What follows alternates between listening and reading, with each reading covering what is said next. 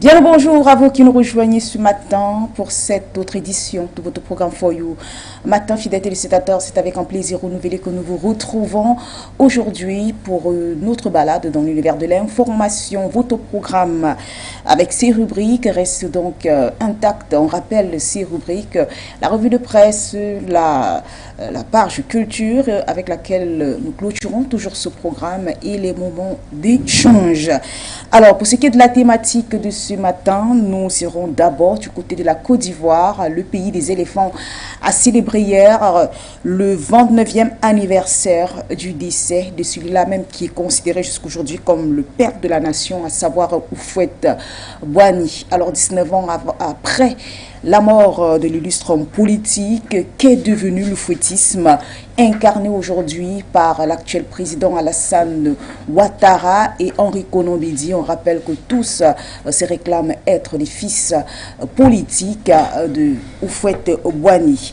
On ira également du côté de l'Afrique du Sud pour parler du scandale Fala Fala. En effet, le vote sur la destitution du président Cyril Ramaphosa a été reporté. Les assises de l'ANC, le parti au pouvoir en Afrique du Sud, devant donc sceller le sort de celui-là même qui avait remplacé Jacob Zuma, ont été reportées à une date ultérieure. Pour rappel, l'actuel président sud-africain est accusé de corruption. Alors, quel avenir pour le parti de Nelson Mandela à quelques temps du prochain scrutin présidentiel, lorsqu'on sait que des incertitudes demeurent dorénavant sur l'avenir de Ramaphosa, qui avait d'ailleurs été présenté comme un espoir de l'économie sud-africaine après la démission forcée de Jacob Zuma, lui également empêtré dans des scandales de corruption. Voilà les deux thématiques qui nous intéressent ce matin. L'expertise sur ce plateau, les analyses, les commentaires se feront avec Albert Anatole Aïssi, journaliste et analyste politique. Il est d'ailleurs là l'occasion pour nous de l'accueillir sur ce plateau. Bonjour.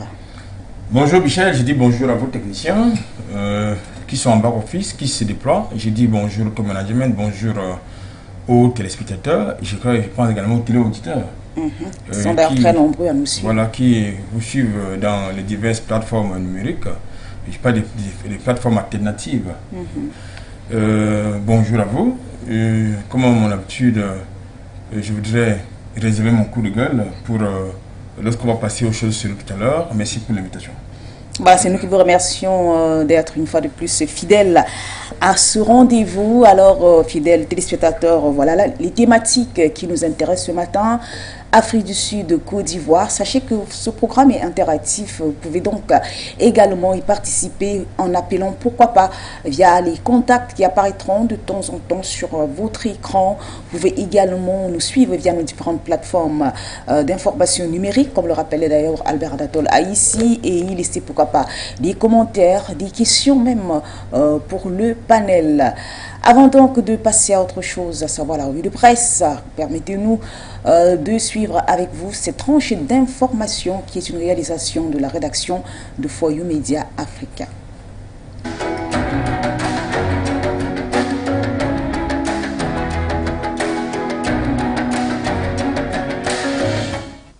L'OACP, l'Organisation des États d'Afrique, des Caraïbes et du Pacifique, se réunit en sommet du 6 au 10 décembre à Luanda, en Angola. Sous le slogan « 3 continents, 3 océans, un destin commun, construire une OACP résiliente et durable », les près de 80 pays représentés à Luanda cette année posent sur la table des débats des sujets brûlants de l'actualité, comme le changement climatique ou encore les obstacles rencontrés par les pays membres en matière de paix et de sécurité. Seront également évoquées les questions liées aux entreprises, à la jeunesse ou encore aux femmes.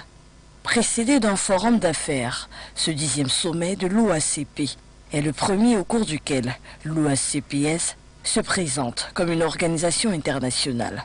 L'Angola en assume la présidence pour 3 ans, une confiance renouvelée puisque l'Angolais Georges Chikoti assure depuis 2020 au poste de secrétaire général de cette organisation, qui est l'organisation internationale après les Nations Unies, qui rassemble le plus grand nombre de pays, soit 79 nations de 3 continents différents. Selon l'organisation, ce sommet prendra fin par la tenue d'un sommet des chefs d'État. Le Parlement indonésien vient d'approuver des amendements législatifs interdisant les relations sexuelles avant le mariage. Une approbation qui a reçu la majorité des voix en séance plénière. La décision est tombée et dans un pays plutôt conservateur ne fait pas l'unanimité car certains citoyens et même les défenseurs des droits de l'homme voient en cela une loi qui pourrait affecter le secteur du tourisme. De plus, cette action serait également un recul des libertés et un glissement vers le fondamentalisme dans le pays le plus peuplé au monde. D'après le Parlement, la punition pour adultère ne pourra prendre effet qu'en cas de dépôt de plainte auprès des autorités du pays. Une réforme du code pénal qui date de l'époque coloniale néerlandaise. Le nouveau code pénal contient également plusieurs nouveaux articles sur le blasphème, déjà un crime en Indonésie, qui élargissent sa définition. Désormais, le fait d'encourager ou de forcer autrui à renoncer à sa religion, l'apostasie, est aussi un crime passible de peine de prison. Bambang Wijayanto, le chef de la commission parlementaire, a tout de même reconnu en cela un produit humain et qu'il ne sera donc jamais parfait, mais tout de même, il a invité les critiques à déposer un recours judiciaire auprès de la Cour constitutionnelle au lieu de manifester. La 15e conférence des partis pour la biodiversité s'est ouverte mardi 6 décembre à Montréal, au Canada. L'événement, qui doit s'étendre jusqu'au 15 décembre, réunit des gouvernements du monde entier pour trouver des solutions efficaces afin de lutter contre les effets des changements climatiques sur la perte de la biodiversité. Dans son discours, le secrétaire général de l'Organisation des Nations Unies, Antonio Guterres, a réclamé 3 actions concrètes pour mettre un terme à la destruction de la biodiversité, à savoir des plans d'action nationaux pour les gouvernements. De la part des entreprises et des investisseurs, le secrétaire général de l'ONU voudrait qu'ils soient des alliés de la nature et non des ennemis. Et enfin, Antonio Guterres a invité les pays développés à apporter un soutien financier massif aux pays du Sud, qui sont les gardiens de la richesse naturelle de la planète. Le Premier ministre canadien Justin Trudeau a profité de l'ouverture de la COP 15 pour annoncer 350 millions de dollars en financement international pour lutter contre la perte de la biodiversité. Son discours à l'ouverture de la COP 15 a été interrompu par un groupe de femmes autochtones qui dénonçaient la construction de pipelines en Colombie-Britannique. Les faits se seraient déroulés lors de ses mandats présidentiels de 2007 et 2015, alors qu'elle occupait le poste de chef de l'État. Cristina Kirchner, puisqu'il s'agit d'elle, vice-présidente du pays depuis 2019, a été reconnue coupable mardi d'administration frauduleuse lors de ses mandats présidentiels. Elle a été condamnée à 6 ans de prison et à une inéligibilité à vie.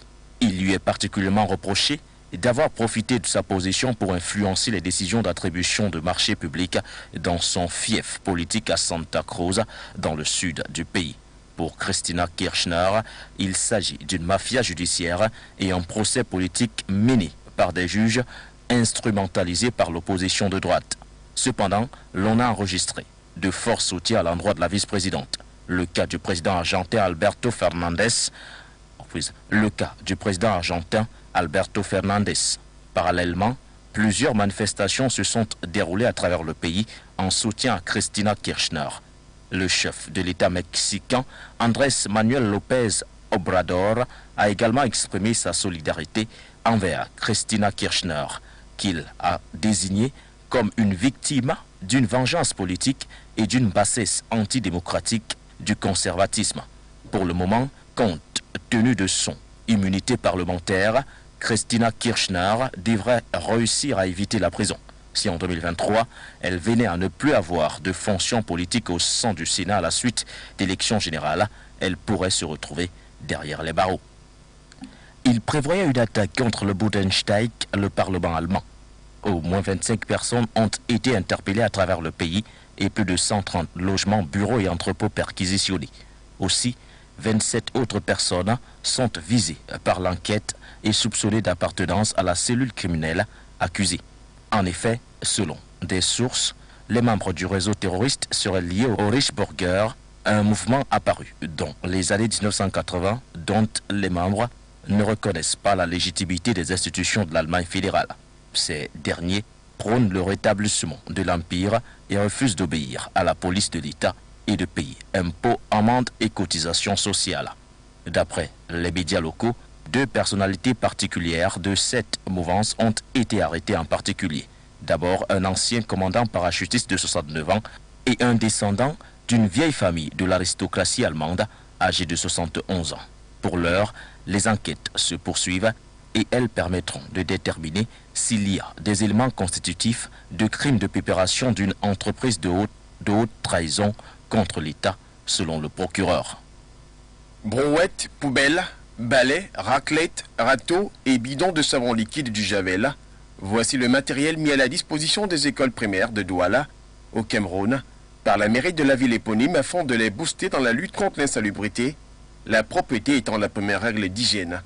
Une conséquence du concours de l'école la plus propre de la ville de Douala, dont le point d'honneur a eu lieu le 6 décembre 2022 à la scène des fêtes d'Aqua de la dite ville. Dans le cadre de sa politique de propreté dans la ville de Douala,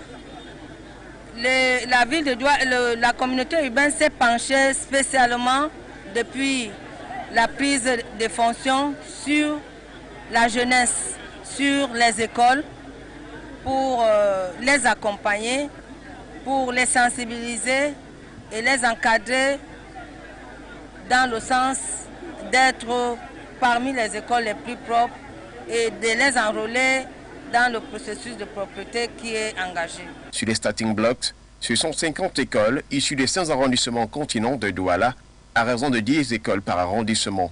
Les écoles du 6e arrondissement devant faire partie du concours lors de la 2e édition. Et au finish, c'est l'école privée Espérance Divine de Sodiko, dans le 4e arrondissement de la ville, qui adjuge la première place devant les écoles privées de Bonambapé et UEBC Bonamouti, respectivement 2e et 3e. Je suis élu pour cette merveilleuse action qu'on m'avait présentée là. Moi, c'est vrai que quand vous travaillez, quand même vous attendez quelque chose. Je pense que ces travaux que vous avez vus là, je n'ai pas fait ça seul, c'est un travail de l'équipe. J'aimerais que même la Bible dit que celui qu'on donne beaucoup plus est entendu de lui. Moi, je pense que c'est pour me pousser à mieux travailler pour la prochaine édition. Pour le compte de la 2e édition qui s'annonce, la mairie de la ville de Douala entend faire mieux. À cette 2e édition, comme vous venez de suivre, nous allons nous attendre à mieux que cette première édition, à savoir la construction des latrines, l'éclairage public dans toutes les écoles, la réhabilitation des voies d'accès pour atteindre les écoles et voir l'aménagement complet des espaces qu'occupent les enfants. Le lancement donc de cette 2e édition se fera dès le lancement prochain de l'exercice budgétaire 2023. Les écoles de la ville de Douala sont donc appelées à faire montre d'une culture de la propreté. Vincent Biruta a pointé du doigt la communauté internationale en l'accusant d'exacerber la crise dans l'est de la République démocratique du Congo, où les rebelles du M23 ne cessent d'accroître les tensions entre les autorités congolaises et le Rwanda sur fond d'accusations mutuelles. Le ministre rwandais des Affaires étrangères a affirmé que son président Paul Kagame et Anthony Blinken avaient eu de bons échanges. Cependant, des différences demeurent sur la compréhension du problème. Il n'y a pas de présence de soldats rwandais en RDC. Et à partir de là, il ne peut y avoir de collaboration avec aucune autre force présente dans l'est de la RDC s'il n'y a pas de présence de soldats rwandais. En croire les propos de Biruta, le M23 ne doit pas être assimilé au Rwanda. Rappelons que les autorités congolaises accusent le M23 d'avoir massacré 272 civils dans une localité sous leur contrôle le 29 novembre dernier. Le M23 a très vite rejeté ces accusations et demandé une enquête indépendante. Les tensions sont vives entre les deux capitales. Le président congolais Félix Tshisekedi a affirmé samedi dernier devant une représentation de la jeunesse congolaise à Kinshasa, je cite, « Les Rwandais ont besoin de notre aide pour se libérer ». Mercredi 30 novembre, lors d'une cérémonie de prestation de serment des nouveaux membres du cabinet, le président rwandais Paul Kagame a accusé son homologue congolais Félix Tshisekedi de tirer parti des violences du M23 dans l'est de la République démocratique du Congo pour retarder les élections prévues le 20 décembre 2023.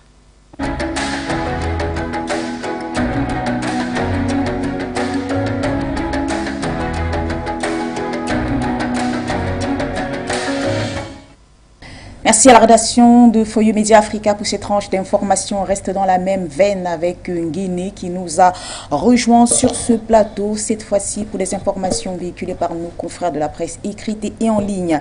Mais avant cela, fidèles téléspectateurs, on vous rappelle la thématique des échanges qui suivront juste après la revue de presse. Nous irons d'abord du côté de la Côte d'Ivoire pour parler de cet anniversaire du lycée d'Oufouette-Boigny, celui-même qui a occupé le poste de président de la République de Côte d'Ivoire de 1960 en 1993, après avoir été 5 fois, on le rappelle, le ministre du gouvernement français, alors qu'est devenu l'héritage de cet homme politique qui a vu se succéder à la tête de l'État 2 de ses fils politiques, à savoir Henri Konan Bédié et Alassane Ouattara. Nous irons également du côté de l'Afrique du Sud pour nous intéresser à ce nouveau scandale de corruption qui touche une fois de plus les figures majeures de l'ANC, le parti au pouvoir en Afrique du Sud. Cyril Ramaphosa, sa prise de fonction considérée comme un espoir pour l'économie sud-africaine, aujourd'hui se trouve à la barre pour cause l'homme est accusé de corruption. Quel avenir pour l'ANC après la destitution, on le rappelle, il y a de cela des années, également de Jacob Zuma, aussi empêtré dans des scandales de corruption. Que deviendra le parti de Nelson Mandela lorsqu'on connaît les idéaux de ce parti et qui est un acteur majeur dans la lutte anti-apartheid en Afrique du Sud. Voilà donc les 2 thématiques qui nous intéressent ce matin. Alors, avant donc de passer au moment des échanges, voici pour vous la revue de... Bonjour à Samzili, bonjour à vos invités ce matin, bonjour à vous, amis téléspectateurs, internautes pour ceux qui nous suivent via nos différentes plateformes Facebook ou encore YouTube. La revue de presse de ce matin, la démarrons du côté du Cameroun. Le quotidien gouvernemental Cameroun Tribune nous parle ce matin de la famille africaine, la une d'ailleurs en rouge, la crise des repères. Selon nos confrères, une perte de valeur aussi rapide que spectaculaire se produit sous nos yeux, érodant progressivement le socle de la société traditionnelle. Ces derniers mois, de nombreux faits divers révélant une montée de l'individualisme et de l'immoralité dans les familles alimentent l'actualité et amènent à s'interroger sur l'avenir de la famille africaine.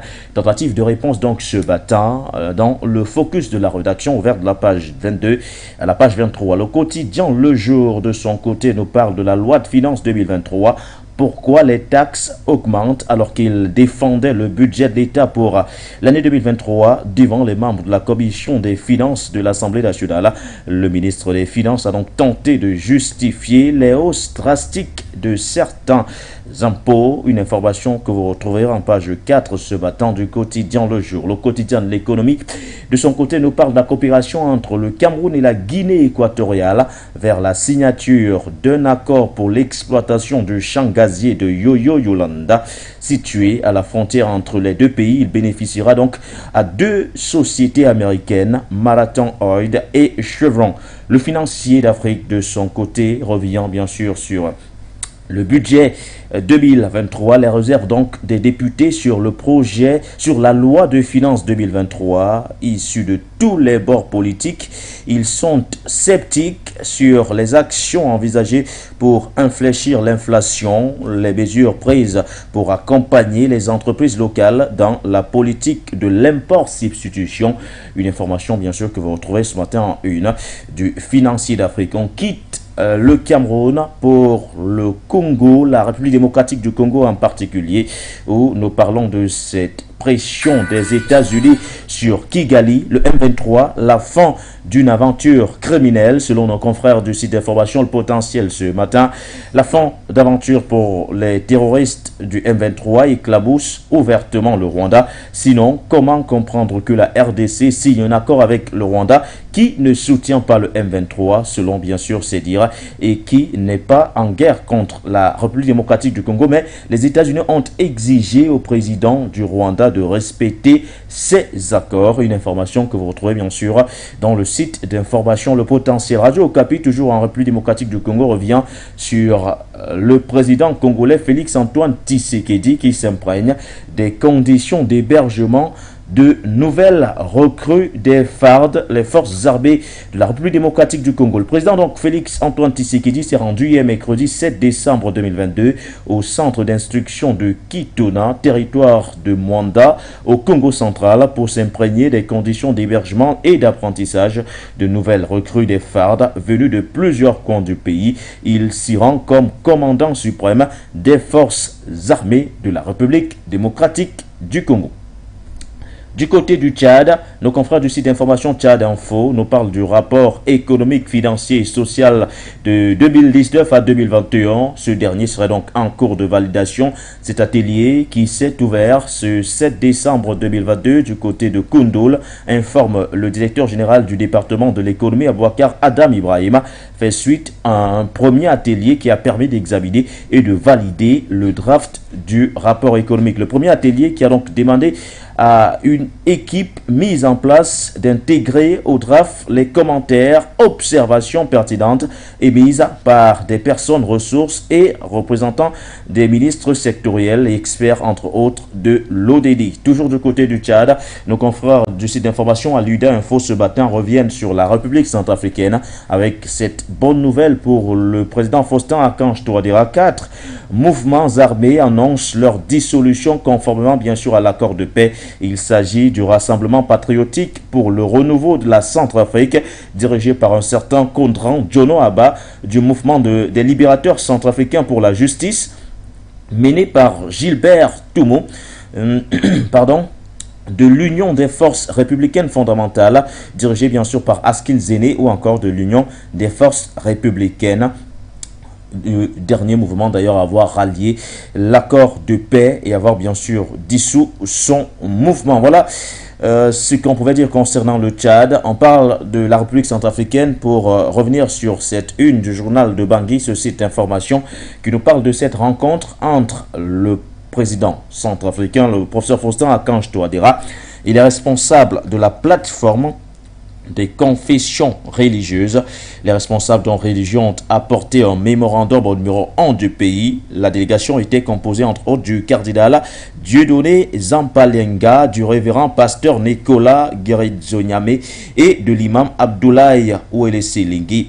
Les leaders des confessions religieuses sont venus remettre au président Faustin Archange Touadéra un mémorandum suite aux différentes rencontres qu'ils ont eues avec les forces vives de la nation et les diplomates accrédités du côté de la République centrafricaine. On quitte l'Afrique centrale, l'Afrique de l'Ouest, cette fois avec le Burkina Faso, nos confrères du site d'information Le Pays qui nous parle du Soudan, accord entre civils et militaires. Le Soudan, nous disent d'ailleurs nos confrères ce matin, une n'est pas sortie de l'auberge. C'est incontestablement un pas vers une sortie de crise au Soudan. En effet, les civils et les militaires qui s'échappent depuis plus d'1 an pour le pouvoir sont enfin parvenus à un accord. Ils l'ont signé au cours d'une cérémonie qui a eu lieu le 5 décembre 2022 du côté de Khartoum au Soudan. Cet accord qui intervient après plusieurs tentatives de médiation afin de sortir le pays de l'impasse prévoit non seulement la mise en place d'une autorité civile, mais aussi le départ de l'armée de la scène politique.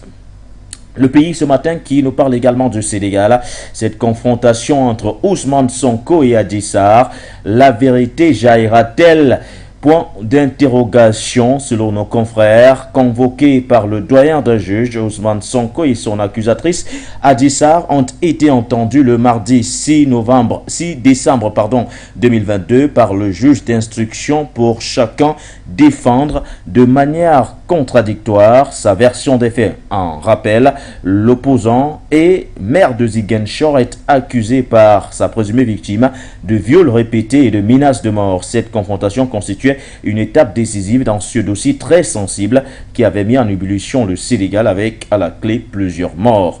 Même son de cloche pour le site d'information Wakat Sera qui est ce matin qui revient sur cette confrontation. Ousmane Sonko et Adji Sarr, le massage qui fait le plus mal, qui n'a malheureusement pas soulagé. Voilà donc la une ce matin de Wakat Sera. Voilà une bien vilaine affaire qui secoue le pays de la Teranga depuis février 2021 et qui, de toute évidence, n'est pas prêt de présenter son dénouement alors que les Sénégalais n'ont pas fini de ruminer leur retour prématuré de Doha pendant que la grande messe du football mondial continue de battre son plein. Revoici donc le feuilleton Sonko Sarr qui réapparaît non pas sur la table de massage mais sur la table des magistrats, selon bien sûr la une ce matin du site d'information Wakat Sera. Wakat Sera qui nous parle également du recrutement des volontaires pour la défense de la patrie, la loi sur les VDP relue donc par le gouvernement au titre du ministère de l'administration territoriale, de la décentralisation et de la sécurité. Le Conseil a adopté un projet de loi sur l'institution des volontaires pour la défense de la patrie en vue d'intégrer la nouvelle doctrine de leur emploi. Une information à retrouver dans le site d'information Wakat Sera. Du côté du Mali, nos confrères du site d'information Mali Web nous parlent de coup d'État, lutte contre le terrorisme, monnaie unique. La CEDEAO prouve donc son impuissance. Les chefs d'État et de gouvernement de la communauté économique des États de l'Afrique de l'Ouest se sont réunis en session ordinaire le 4 décembre 2022 à Abuja au Nigeria pour débattre de la situation du Mali, du Burkina Faso, voire de la Guinée-Conakry, tous en pleine transition militaire, sur la base d'ailleurs des rapports que leurs médiateurs désignés pour l'organisation sous-régionale pour ces trois pays leur ont remis. Il est donc clair que c'est pour ce rapport-là, concernant principalement les coups d'État, la lutte contre le terrorisme ou encore la monnaie, la CEDEAO a donc prouvé son impuissance, une impuissance d'ailleurs relayée ce matin par le site d'information Mali Web. Mali Web qui nous parle également du retour à la primature de Choguel Kokala Maïga. Ce dernier, à peine arrivé, demande le compte rendu des tâches effectuées durant la période intérimaire. À peine donc avoir repris son poste de chef du gouvernement, le Premier ministre Choguel Kokala Maïga a adressé une lettre circulaire demandant aux membres du gouvernement de lui faire parvenir d'ailleurs la liste des tâches effectuées durant la période intérimaire. Mali Jet, toujours du côté du Mali, de son côté, nous parle ce matin en grande tribune de l'UEMOA. Pourquoi cette institution va-t-elle continuer de sanctionner injustement le Mali? Point d'interrogation ce matin.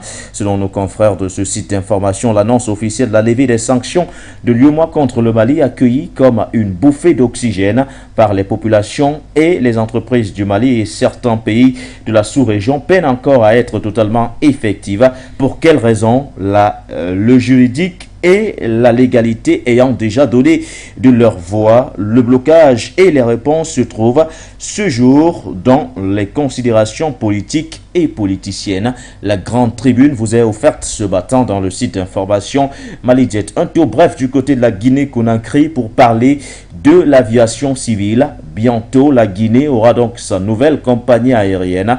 Le tout nouveau ministre des Transports a officié la célébration de la journée internationale de l'aviation civile célébrée le mercredi 7 décembre 2022 au siège de l'autorité guinéenne de l'aviation civile. Du haut du pupitre où il a livré son message, Félix Lama a annoncé l'arrivée d'une nouvelle compagnie aérienne en Guinée-Conakry. On termine cette revue de presse de ce matin du côté du Maghreb. Nos confrères du site d'information marocain Média 24 nous parlent des détails sur la requête pro-Polisario rejetée donc par la justice britannique, rejetée par la cour administrative de Londres le lundi 100 décembre 2022. La requête d'une organisation non gouvernementale pro-Polisario s'attaque à l'application de l'accord d'association entre le Maroc et le Royaume-Uni. Voici donc les différents argumentaires des partis et la position de la justice britannique dans ce dossier sensible. Comment parler du Maroc sans toutefois parler des Lions de l'Atlas? Et oui, c'est aussi en sport ce matin que titrent nos confrères du site d'information Média 24. Maroc-Portugal, Royal Air Maroc met en place 7 vols spéciaux pour les supporters marocains. L'aventure de l'équipe nationale en Coupe du Monde se poursuit. La compagnie aérienne Royal Air Maroc annonce donc par conséquent un nouveau dispositif spécial pour transporter les supporters marocains désireux de soutenir les Lions de l'Atlas lors du prochain match prévu samedi 10 décembre 2022 contre le Portugal, en prélude d'ailleurs à ce fameux quart de finale très attendu par le peuple marocain, mais pas que par le peuple arabe en général et le continent africain dans sa globalité. Voilà donc ce que nous avons prévu pour vous ce matin en termes de revue de presse, le parcours de différents sites d'information, mais également de certains journaux parus en kiosque, notamment du côté du Cameroun, avec la loi de finances 2023 qui continue de faire parler de ce côté.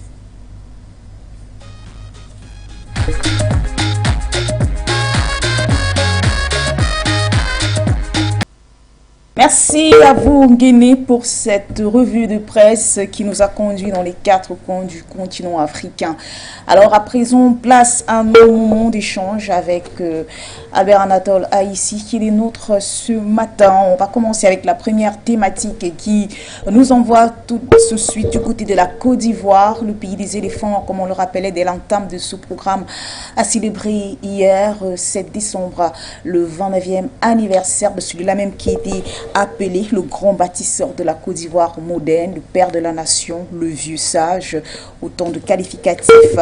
Alors, qu'est devenu aujourd'hui son héritage politique, lui qui a permis à la Côte d'Ivoire d'accéder en juin 1960 à l'indépendance, mais qui malgré cela a continué à maintenir des liens étroits avec Paris. Qu'est devenu son héritage aujourd'hui, héritage politique incarné par 2 figures majeures, à savoir Henri Konan Bédié et Alassane Ouattara, qui se réclament tous des fils politiques de l'ancien président.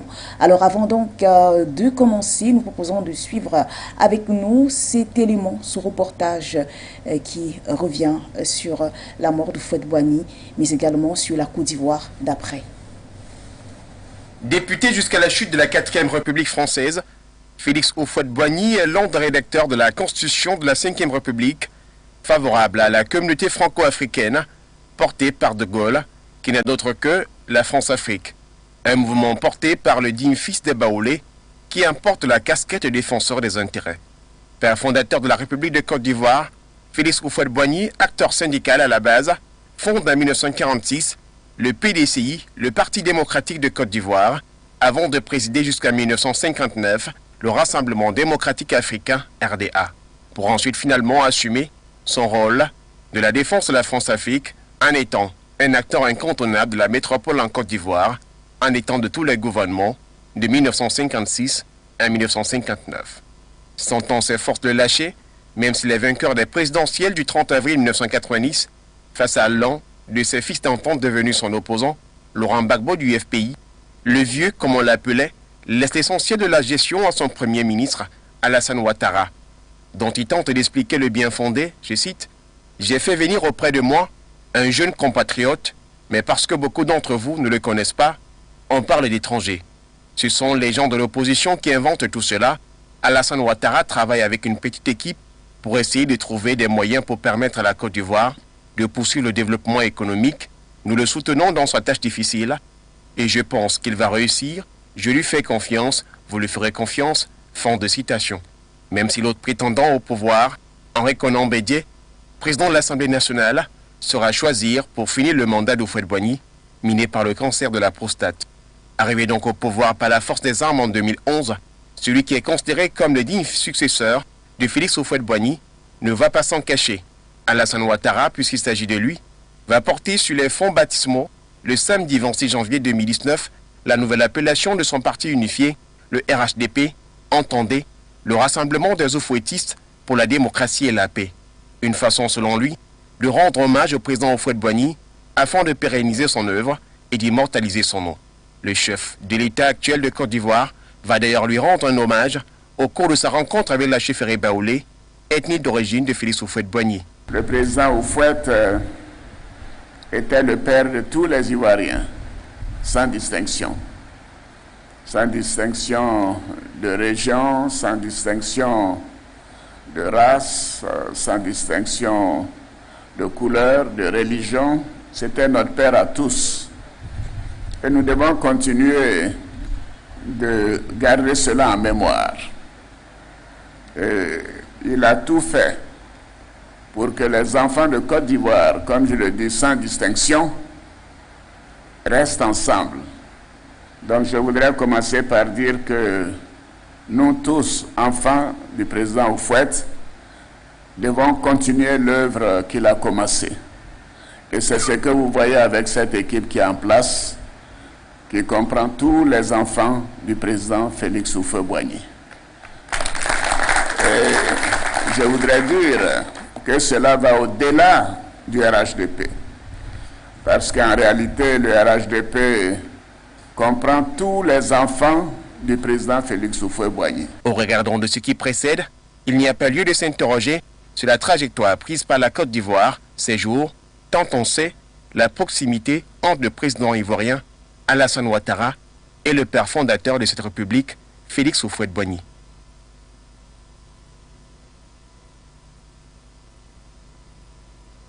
Donc à Moira pour ce reportage qui est donc revenu sur la carrière politique de Houphouët-Boigny, mais également cette cérémonie d'hommage à lui réservée du côté de la Côte d'Ivoire. On a suivi ce discours du président Alassane Ouattara qui rappelait qu'Houphouët-Boigny reste pour les Ivoiriens une figure majeure à l'image d'un père. Il l'a d'ailleurs qualifié comme un grand bâtisseur, un père, le père de tous les Ivoiriens. Alors nous, on va parler, avant effectivement de parler de l'héritage politique de cet homme, Albert Anatola ici, ce serait intéressant pour nous également de nous intéresser à la manière dont il est venu au pouvoir. Alors on sait qu'avant d'occuper la fonction de président de la République de Côte d'Ivoire, il est d'ailleurs le premier chef d'État de la Côte d'Ivoire, Houphouët-Boigny a d'abord été une figure majeure dans la politique française en étant député. Comme je l'ai promis tout à l'heure aux téléspectateurs et aux auditeurs, je voudrais commencer votre émission par un coup de gueule. Ah oui. Pour dire quoi? Pour dire que depuis le début du mois de décembre, la fameuse communauté dite internationale a célébré ou commémoré plusieurs événements majeurs ayant marqué l'histoire du monde. Ce qui est étonnant, dans toutes ces célébrations et commémorations organisées sous l'égide de la communauté dite internationale, ne figure nulle part le massacre de Thiaroye, nous sommes au Sénégal, le 1er décembre 1944. Ce jour-là, les soldats africains ayant contribué à la libération de la France, de l'Allemagne nazie, étaient fusillés pour avoir revendiqué leurs droits les plus élémentaires, c'est-à-dire leurs primes et leurs pécules, pour libérer la France.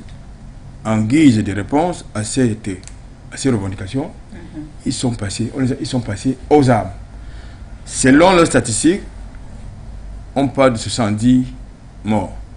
Maintenant, selon les statistiques de certains historiens, c'était plusieurs centaines de morts.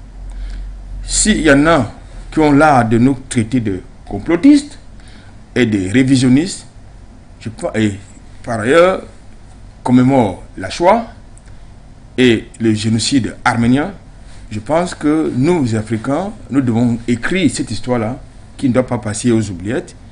C'est important de le dire.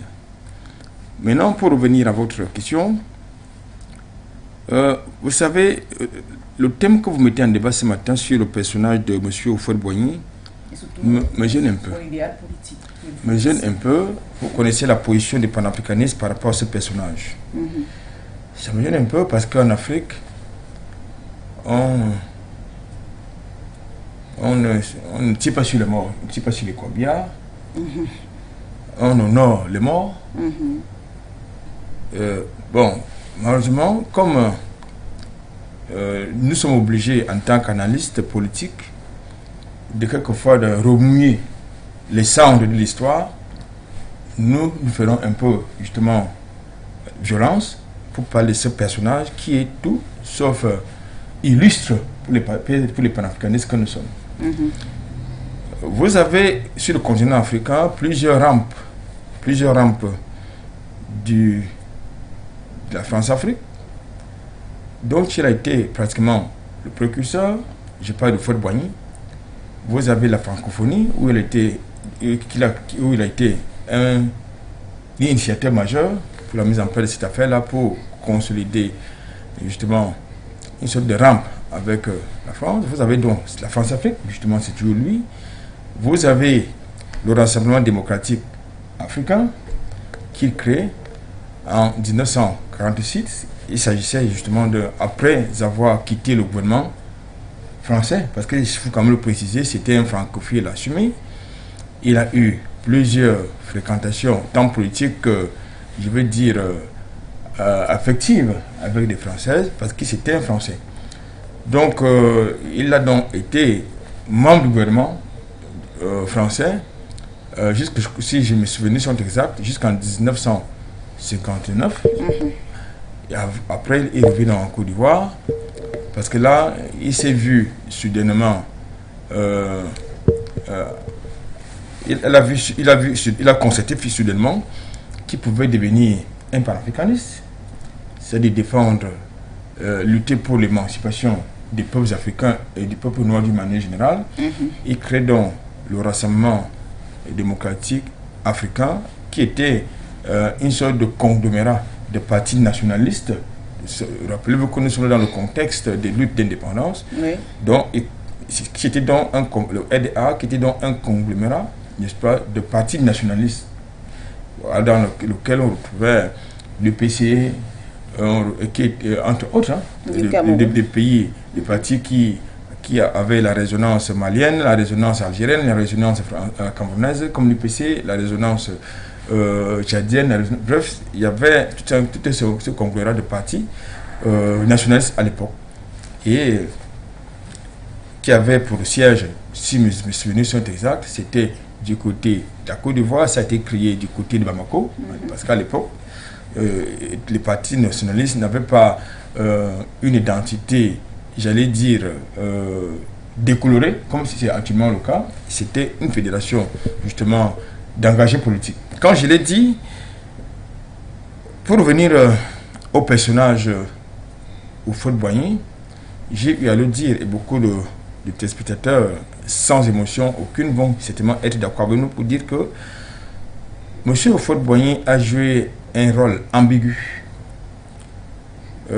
Il a trahi le combat, si vous voulez, de manière très simple. Il a trahi le combat nationaliste en Afrique. Il a trahi le combat panafricain dont il se revendiquait, avec des alliances très très intéressées avec les Argonnes, qui finalement a pensé qu'il fallait le mettre dans son camp pour continuer à gérer beaucoup de pays africains, notamment l'espace francophone. Donc je pense qu'aujourd'hui, lorsque on parle de l'héritage, et surtout des héritiers, comme celui que nous venons d'entendre la voix, je parle du président, l'actuel président de la Côte d'Ivoire, nous sommes dans les discours. Nous sommes dans les discours, nous sommes peut-être un peu dans les symboles.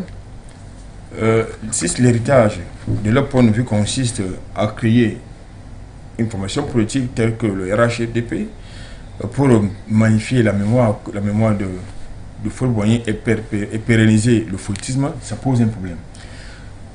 Parce qu'aujourd'hui, vous allez constater que le véritable héritage qui est visible, qui n'est pas immatériel, qui est matériel, je parlais de la ville de Yamoussoukro, qui est la capitale qu'il a créée avant qu'il décède, et abandonné. C'est en ruine. Donc je pense que ceux qui se revendiquent être ses héritiers devraient déjà, lorsque vous êtes héritier de quelqu'un, vous avez la responsabilité d'assumer, mais surtout de veiller à ce que l'héritage demeure. De veiller à son patrimoine. Malheureusement, vous constatez aujourd'hui que Yamoussoukro est en train de tomber en ruine. Peut-être qu'il n'y a que même la basilique qui a été construite par lui est en ruine. Qui est d'ailleurs la plus grande en Afrique. Bien évidemment, c'est en ruine. Bien évidemment, la route qui conduit même à Yamoussoukro, c'est-à-dire dans la région de Houphouët-Boigny, est délabrée. Donc, aujourd'hui, le véritable héritage qui me semble pertinent, qui est le fait que l'autre peut peut-être revendiquer, c'est la trahison. C'est, n'est-ce pas, la pensée unique.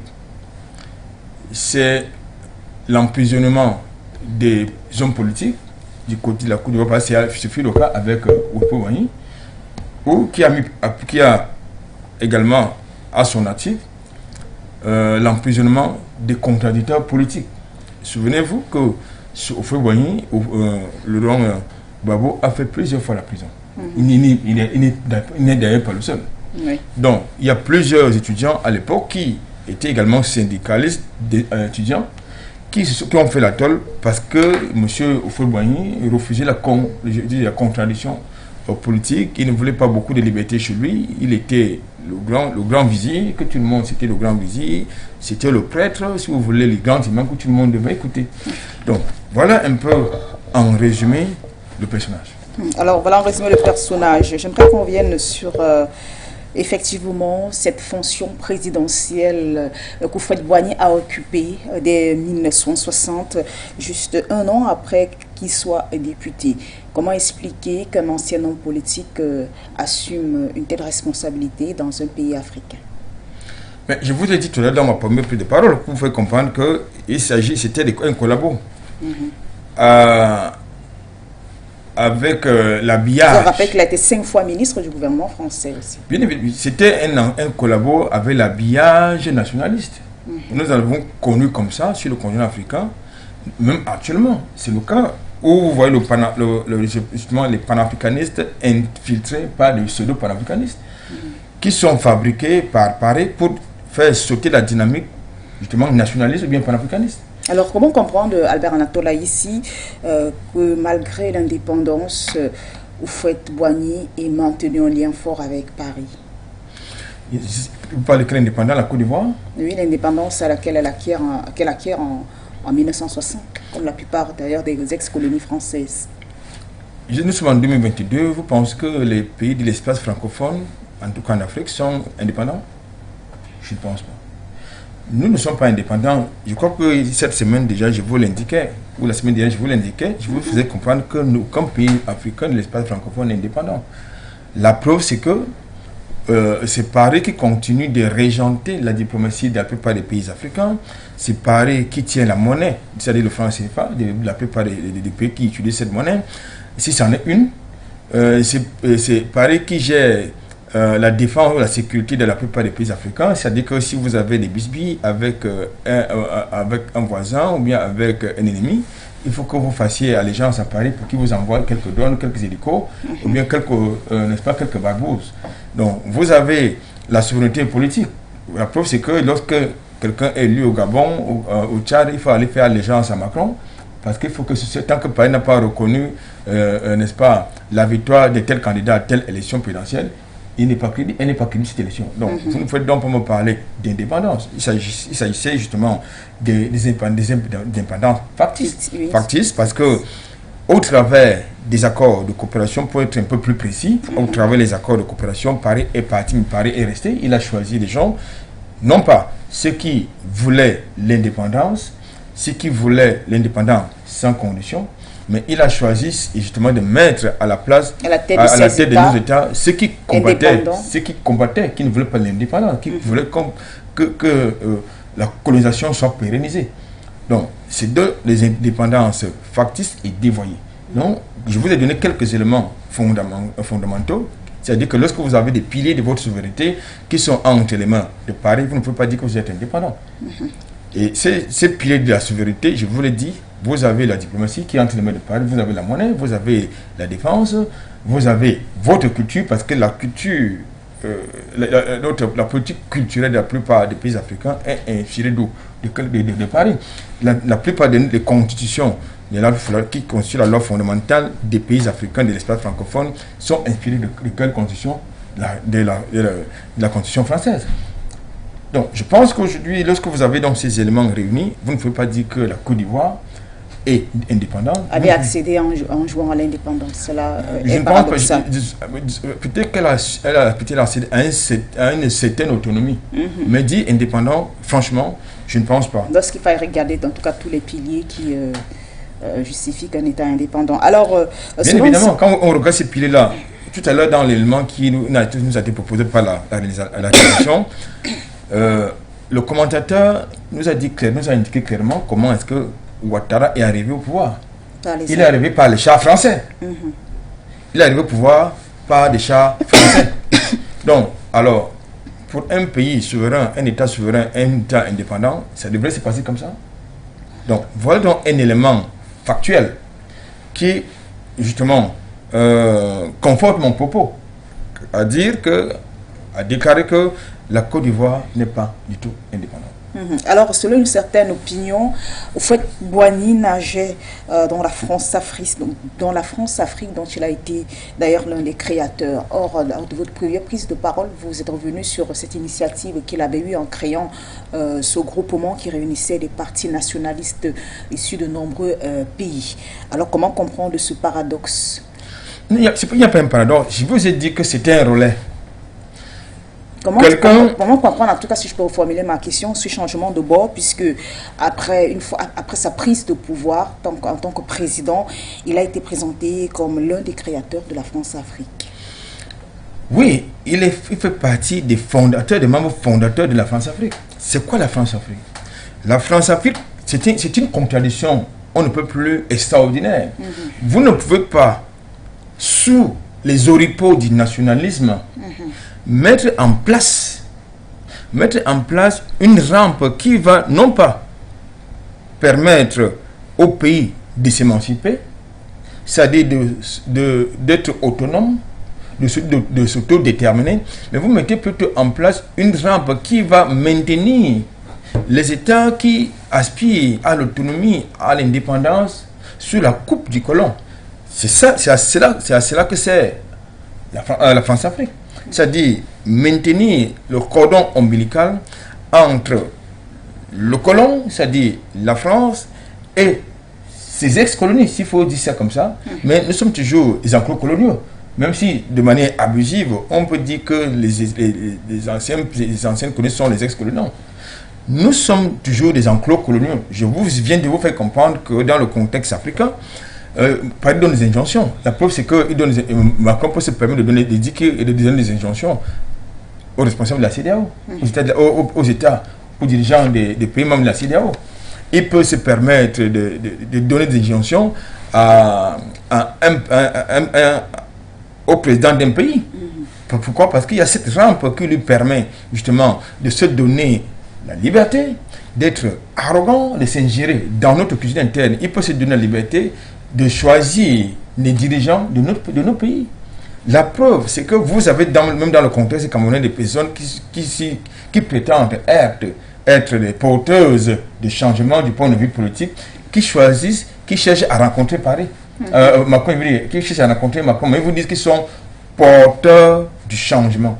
C'est de l'imposture, tout simplement. Donc je pense qu'aujourd'hui, pour revenir à votre question, Monsieur Houphouët-Boigny, c'était un collaborateur. Vous ne pouvez pas avoir servi justement au gouvernement français, occuper plusieurs postes en tant que membre du gouvernement. Du jour au lendemain, vous déclarez que vous êtes nationaliste. Il y a le poste Sédar Senghor du côté du Sénégal. Ils sont pleins comme ça. C'est la même veine. C'est la même veine, c'est-à-dire qu'ils vous disent qu'ils sont, encore que le poste Sédar Senghor a assumé. Lui aussi. Il a assumé, je veux dire, sa francophilie. Mais par contre, monsieur Houphouët-Boigny, lui, il était un infiltré dans le combat nationaliste. C'est ça qu'il est question, parce que quand nous lisons, quand nous nous projetons, quand nous projetons dans ce qui était à l'époque un bloc politique, c'est-à-dire la EDA, en ce qui concerne le casting dans la structuration, c'est-à-dire la présidence était assurée par lui, la vice-présidente était assurée par un combattant nationaliste camerounais, c'était Oumioubé. Mais pourquoi est-ce que Oumioubé, avec l'UPC, s'est désolidarisé de l'EDA, le Houphouët-Boigny? Parce que justement, l'idéologie n'était plus la même.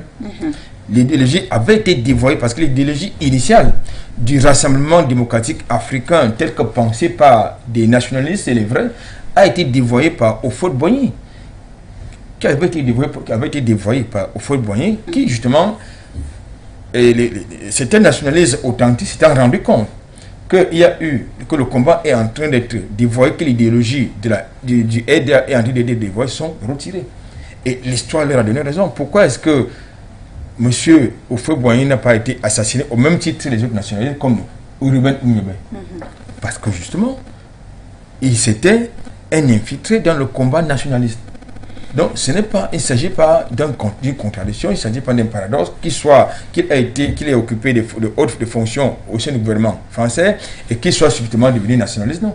C'était un infiltré, comme je vous l'ai dit tantôt, nous en avons dans le combat panafricaniste. Vous avez des gens qui viennent sur les oripeaux des panafricanistes, mais qui sont en réalité les infiltrés de Paris pour venir saquer justement la dynamique de notre combat. Alors, puisqu'on parle effectivement de l'héritage de Houphouët-Boigny, de cet idéal politique qu'il a laissé, à laquelle se revendiquent d'ailleurs d'autres hommes politiques du côté de la Côte d'Ivoire, le fouettisme, vous êtes revenu sur la ville de Yamoussoukro. Vous avez dépeint sur une sorte de paysage assez morose de ce qu'est aujourd'hui cette grande ville, malgré les grandes œuvres du Houphouët-Boigny. Alors comment comprendre cela lorsqu'on sait que celui qui lui a succédé, celui qui a terminé son mandat, savoir Henri Konan Bédié, est de la même tribu, c'est un Baoulé, tout comme Houphouët-Boigny. Comment comprendre que cette ville se soit retrouvée dans cet état-là, malgré les grands projets qu'Houphouët-Boigny avait pour Yamoussoukro? Il souhaitait d'ailleurs en faire la capitale de la Côte d'Ivoire. C'est une question qui méritait d'être posée à ceux qui se revendiquent aux fouettistes et qui se revendiquent être ses héritiers. Tout à l'heure, je vous indiquais que lorsque vous êtes l'héritier de quelqu'un, vous veillez à ce que son patrimoine, son état soit préservé. Vous le protégez. Et l'un de ces héritiers, effectivement, a été au pouvoir. Malheureusement, ce n'est pas le cas. Nous sommes dans des discours politiques. Pourquoi est-ce que pourquoi est-ce que c'est maintenant qu'on s'élève la mémoire de Houphouët-Boigny? Ça veut dire qu'il y a des arrière-pensées politiques derrière. Je pense que, vous savez, les politiques, ils ont un problème. Et ils pensent que lorsqu'ils s'engagent dans la symbolique, suffit à régler les problèmes fondamentaux. Non. Je voudrais vous faire comprendre une chose qui va davantage permettre aux téléspectateurs et aux auditeurs de comprendre que M. Houphouët-Boigny n'était pas un nationaliste. Peut-être qu'il a été patriote à un moment donné, en tout cas, ce qui ne constitue pas du patriotisme économique, parce qu'il a été l'un des précurseurs justement de l'exploitation du cacao, du café en Côte d'Ivoire. Donc il a donc été un patriote économique de ce point de vue. Oui, justement, parce qu'il y a les éléments, il y a les documents qui l'attestent. Oui. Mais sauf que du point de vue politique, il a fait des alliances un peu plus extraordinaires. Monsieur Houphouët-Boigny, ça également, les documents existent. Il s'est engagé dans un projet d'aliénation de la communauté. C'est ce qui s'appelait à l'époque l'organisation des communautés de l'Afrique, l'organisation des communautés sahélo-sahéliennes. C'est-à-dire, il s'agit d'un grand espace, c'est-à-dire comme le Sahel, qui est une zone très riche. Il lui me dit, il était donc question que ce soit Paris qui donne en tant que président, c'est-à-dire le patron politique de l'Afrique de l'Ouest à l'époque. Il est donc question qu'il donne un contrat pratiquement l'un à la France pour venir exploiter, n'est-ce pas, le Sahel, c'est-à-dire le sous-sol sahélien. Donc je pense que lorsque vous avez donc quelqu'un qui veut dire qu'il est nationaliste et qui ne donne pas, je veux dire, la possibilité aux États du Sahel de jouir de leur richesses minières, de jouir de leur sous-sol ou bien de leur sol, ça pose un problème. Mais pourtant, il est aussi considéré comme le bâtisseur de la Côte d'Ivoire moderne, puisque les hommes politiques qui se revendiquent de sa famille politique présentent souvent effectivement ces grandes œuvres d'Houphouët-Boigny, qui a fait de la Côte d'Ivoire une grande économie en Afrique de l'Ouest.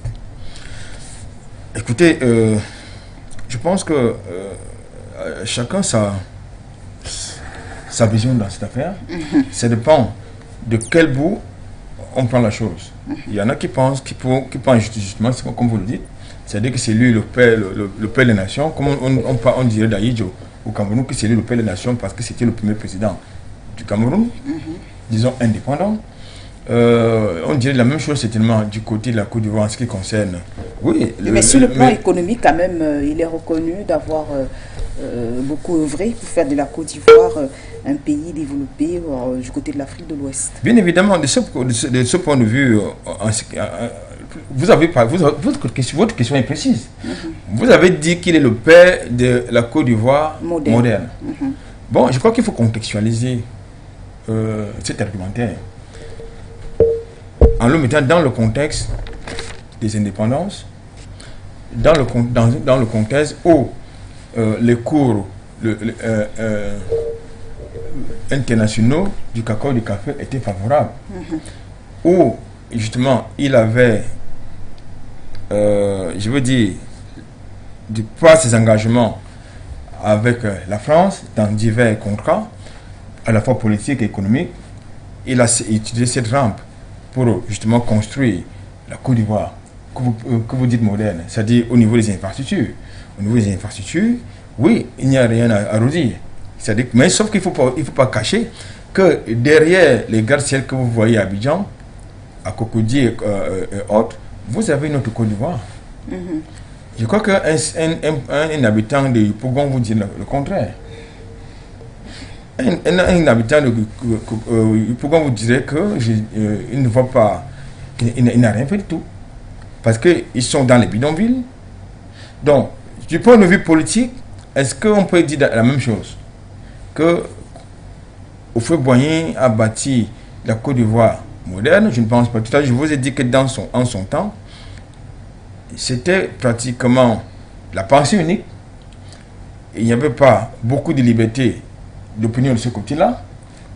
On comptait davantage de prisonniers politiques qu'autant de monsieur Ouattara, la Sainte-Amé Ouattara. Donc, qui se revendique fautif. Donc, ça veut dire qu'il reprend les schémas de son père. À la fois, je ne parle pas de son père spirituel, disons ça comme ça, son père spirituel, donc il reprend dans les schémas de ce père-là dont il revendique être l'héritier. Donc, je crois qu'aujourd'hui, si nous faisons justement une enquête d'opinion du côté d'Abidjan, j'ai peur que votre question soit relativisée en ce qui concerne le bilan justement de Houphouët-Boigny du point de vue de la modernisation de la Côte d'Ivoire. En termes d'infrastructure, certainement. Mais en ce qui concerne les institutions démocratiques, je crois qu'il y a encore matière à dire. Encore matière à dire selon vous. Alors, vous dites que durant son magistère, de nombreux opposants étaient emprisonnés, mais pourtant, cet homme politique est aussi considéré comme un apôtre de la paix. Mais bien évidemment, écoutez, il savait manier le bâton et la carotte. C'est pour ça qu'on l'appelait le sage.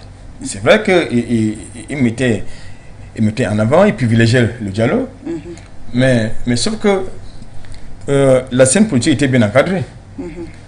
Non, la scène politique était bien encadrée, orientée vers une sorte de personnification du pouvoir. Ça, il faut le dire. Vers une sorte de personnification du pouvoir. Et oui, si il était celui que vous n'est-ce pas, vous qualifiez ou bien que vous décrivez, mais pourquoi est-ce que de manière systématique il combattait les syndicats d'étudiants en Côte d'Ivoire? Puisque lui-même c'était un ancien syndicaliste.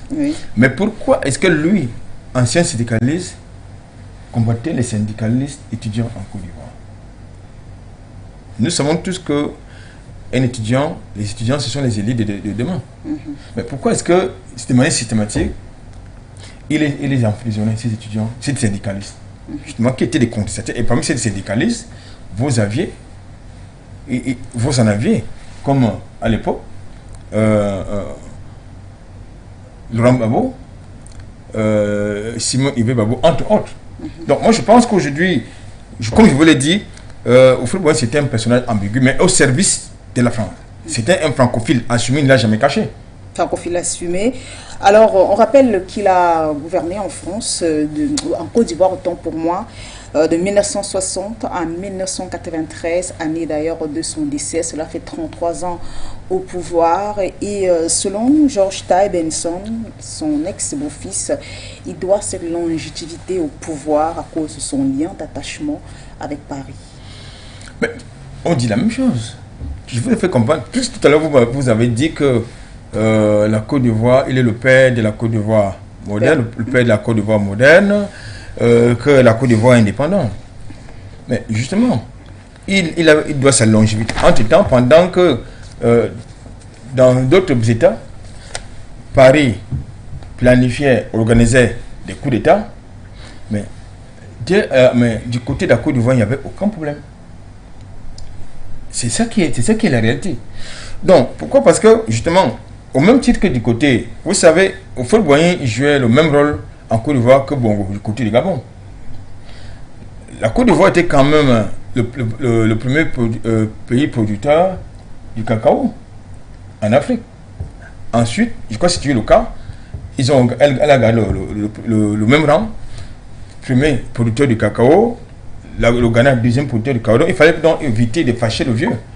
Sinon, il allait justement commencer à vous faire des chantages avec son cacao parce que les industries chocolatières avaient besoin du cacao ivoirien. Donc, il fallait éviter de fâcher, justement, de contrarier le vieux, le sage, au risque qu'il vous fasse de chantage. La preuve, à un moment donné, quand il s'est donc rendu compte que Paris commençait à vouloir lui faire des chantages, qu'est-ce qui s'est passé?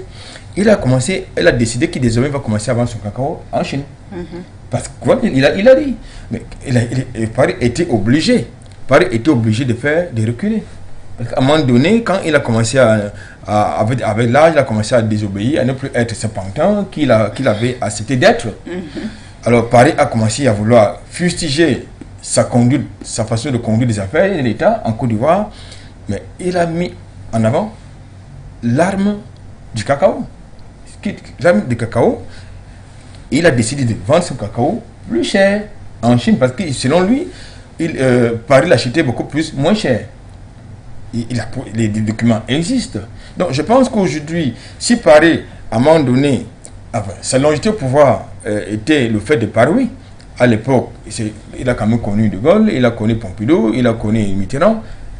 Et je pense que de ce point de vue, il était un peu le larbin de Paris, au même titre que Bongo. Quelquefois, pour Bongo Père, bien sûr, pour prendre des décisions, pour nommer quelques membres du gouvernement du côté de Paris, on le consultait au même titre qu'on consultait Bongo, pour nommer un ministre du côté de l'Hexagone. Donc je crois qu'aujourd'hui, nous ne sommes plus dans ce schéma-là. Nous sommes dans le schéma où les pays doivent s'autodéterminer. On n'a plus besoin de l'ingérence des autres États, comme Paris, qui est le puissant, le centre de l'univers, en tout cas du côté du continent africain, qui doit déterminer les choix politiques des uns et des autres. Donc, voilà votre question dont nous amène à conclure que la Côte d'Ivoire, au même titre que la plupart des pays africains de l'espace francophone, ne sont pas indépendants parce que c'est Paris qui détermine votre longévité au fauteuil présidentiel. Alors, avant donc de parler de ces héritiers politiques, ceux-là même qui aujourd'hui sont encore présents sur la scène politique ivoirienne, on propose de revenir une fois de plus sur cet élément et qui revient sur la carrière de Houphouët-Boigny, alors avec le concours de la réalisation. Député jusqu'à la chute de la 4e République française, Félix Houphouët-Boigny est l'un des rédacteurs de la Constitution de la 5e République, favorable à la communauté franco-africaine, portée par De Gaulle, qui n'est d'autre que la France-Afrique. Un mouvement porté par le digne fils des Baoulés, qui importe la casquette de défenseur des intérêts.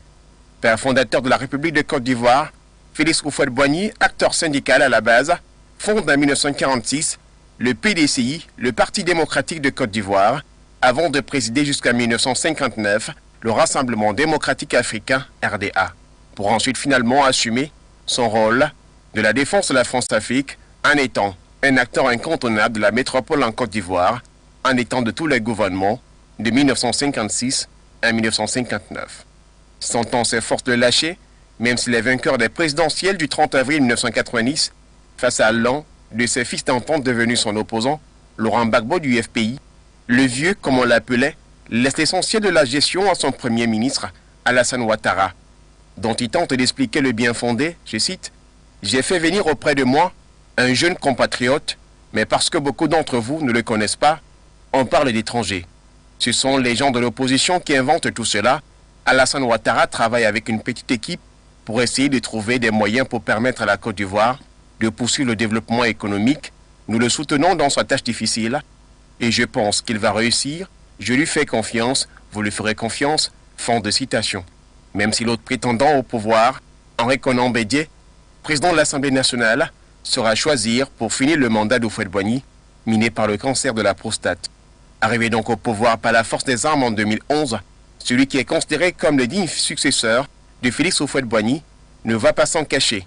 Alassane Ouattara, puisqu'il s'agit de lui, va porter sur les fonds baptismaux le samedi 26 janvier 2019 la nouvelle appellation de son parti unifié, le RHDP, entendez, le Rassemblement des Oufouettistes pour la démocratie et la paix. Une façon, selon lui, de rendre hommage au président Houphouët-Boigny afin de pérenniser son œuvre et d'immortaliser son nom. Le chef de l'État actuel de Côte d'Ivoire va d'ailleurs lui rendre un hommage au cours de sa rencontre avec la Chefferie Baoulé, ethnie d'origine de Félix Houphouët-Boigny. Le président Houphouët était le père de tous les Ivoiriens, sans distinction. Sans distinction de région, sans distinction de race, sans distinction de couleur, de religion. C'était notre père à tous. Et nous devons continuer de garder cela en mémoire. Et il a tout fait pour que les enfants de Côte d'Ivoire, comme je le dis, sans distinction, restent ensemble. Donc je voudrais commencer par dire que nous tous, enfants du président Houphouët, devons continuer l'œuvre qu'il a commencée. Et c'est ce que vous voyez avec cette équipe qui est en place, qui comprend tous les enfants du président Félix Houphouët-Boigny. Et je voudrais dire que cela va au-delà du RHDP. Parce qu'en réalité, le RHDP comprend tous les enfants du président Félix Houphouët-Boigny. Au regard de ce qui précède, il n'y a pas lieu de s'interroger sur la trajectoire prise par la Côte d'Ivoire ces jours, tant on sait la proximité entre le président ivoirien Alassane Ouattara et le père fondateur de cette république, Félix Houphouët-Boigny. Alors, vous avez suivi avec nous une fois de plus ce reportage et surtout ces propos d'Alassane Ouattara qui revenait sur cette coalition qu'il a créée, à savoir le RHDP. Il a rappelé aux chefs baoulés devant lesquels il s'exprimait que cette formation politique regroupe tous les enfants de Houphouët-Boigny. Mais il y a bien un qui manque à l'appel. Il s'agit d'Henri Konan Bédié qui, lui, est resté à la tête du PDCI fondé par Houphouët-Boigny. Mais ils sont eux qui se revendiquent héritiers de Houphouët-Boigny de leur père. Dans le contexte, dans la cosmogonie africaine, lorsqu'un père laisse un héritage et que vous voulez lui rendre hommage, pérenniser cet héritage, d'abord, s'il a laissé une vieille case, vous vous assurez que cette vieille case-là va tenir aussi longtemps que possible. Tout à l'heure, je vous ai donné quelques éléments de la ville de Yamoussoukro qu'il a créé. Dont il voulait faire la capitale. Dont Houphouët-Boigny voulait faire la capitale de la Côte d'Ivoire. Vous voyez l'état de délabrement de cette ville et de cette infrastructure. Et depuis le décès de Houphouët-Boigny, la plupart des populations de Yamoussoukro sont abandonnées à elles-mêmes. Pas d'investissement de ce côté-là. Alors que du vivant de leur père, comme ils le disent, c'était une ville gâtée. Donc, désormais, c'est Abidjan et Cocody, en tout cas, les grandes cités, n'est-ce pas, bourgeois de Côte d'Ivoire, qui sont gâtés.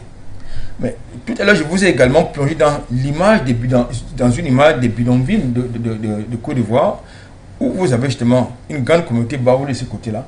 Donc, je pense qu'aujourd'hui, il faut, lorsque vous revendiquez être héritier de quelqu'un, est-ce qu'ils ont mis en place ce qui sont aux affaires du côté de la Côte d'Ivoire? Est-ce qu'ils ont, par exemple, créé une fondation au nom de Houphouët-Boigny ou bien un musée pour pérenniser sa mémoire? Non. Le rassemblement des Houphouëtistes pour la paix, pour la démocratie et la paix, il s'agit... C'est une métastase du RDA pour permettre, justement... Il s'agit d'une rampe politique, si vous voulez. Mais Alassane Ouattara a rappelé dans son discours qu'il s'agit d'une formation politique qui regroupe tous les fils d'Henri Konan, tous les fils de Houphouët-Boigny. Non, pas tous. J'ai dit le RHDP, c'est une rampe politique au service d'un seul homme, Ouattara. Parce qu'avec le RDA, parce que s'il était un digne héritier de son père, comme il le dit, je pense qu'il aurait déjà gardé le PDCI RDA que son père a laissé avant de partir de l'autre côté. Mais ils n'ont pas préservé ce patrimoine politique. Bien au contraire, Henri Konan Bédié ils se sont partagés cet héritage politique. Là, c'est bien politique, c'est l'acte politique, si vous voulez. Henri Konan Bédié a pris le PDCI, Ouattara a pris le RDA, et à côté du RDA, il a ajouté le RHDP. Pour dire quoi? Il dit qu'il rendre hommage à son père. Non, c'est faux. Alors comment comprendre effectivement, Anatole ici, puisque vous êtes en train de parler maintenant de ces deux hommes politiques qui sont Alassane Ouattara et Henri Konan Bédié. On sait que ces deux hommes se sont côtoyés dans l'équipe gouvernementale de Houphouët-Boigny lorsque ce dernier était président. Alassane Ouattara était premier ministre de Houphouët-Boigny. Henri Konan Bédié a été président de l'Assemblée nationale. Comment comprendre qu'après le décès du vieux sage, cette alliance soit disloquée et qu'aujourd'hui, comme vous le rappeliez, Henri Konan Bédié soit à la tête du parti fondé par Houphouët-Boigny, à savoir le PDCI, et Alassane Ouattara, aussi président d'une autre formation politique? Oui, mais c'est tout à fait... Qu'est-ce qui explique aujourd'hui, effectivement, cette discordante? Mais d'abord, déjà parce que le vrai fils de son père, c'est Henri Konan Bédié. L'autre imposteur n'est pas le véritable fils de son père. Comme le dit, j'ai parlé de Alassane Ouattara, il n'est pas le fils de Ouattara, de Houphouët-Boigny comme le président. Il n'est pas son fils politique, oui, n'oublions quand même pas que monsieur Alassane Ouattara est burkinabé d'origine. Et là, on parle de la famille politique. Mais non, commençons d'abord par là, pour que ce soit très clair dans l'esprit des téléspectateurs qui nous suivent. Le véritable fils n'est-ce pas, de Houphouët-Boigny, c'est Henri Konan Bédié. Pourquoi? Le fils adoptif, c'est Alassane Ouattara. Parce qu'ils sont tous les deux baoulés, issus de la même tribu. J'y arrive. Le véritable fils, c'est Henri Konan Bédié. Le fils adoptif, c'est Alassane Ouattara, burkinabé. Naturalisé ivoirien.